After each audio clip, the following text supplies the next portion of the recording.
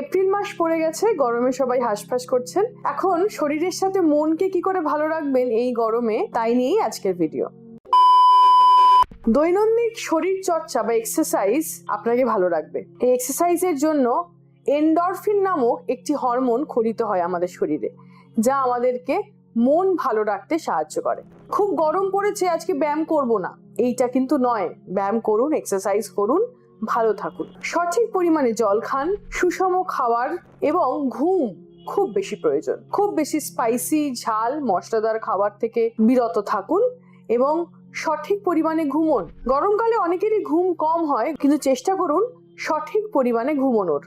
রাতের বেলায় টানা 7 থেকে 8 ঘন্টা ঘুমোলেই আপনার জন্য এনাফ।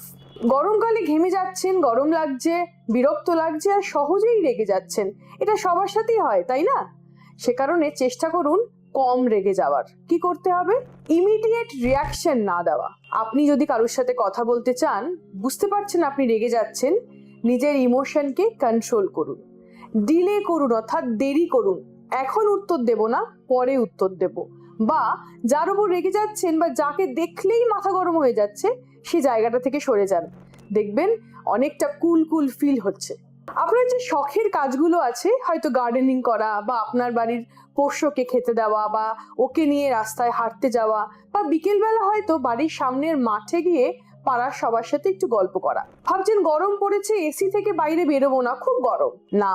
এটাতে আপনি শারীরিকভাবে ভালো থাকবেন, শারীরিকভাবে ঠান্ডা থাকলেও মন কিন্তু ঠান্ডা হবে না। মনকে ঠান্ডা রাখার জন্য সোশ্যালাইজ করুন, মানুষজনের সাথে মিশুন, কথা বলুন, হাঁটতে যান, গল্প করুন, গার্ডেনিং করুন, ঠিক যেরকম আগে করতেন।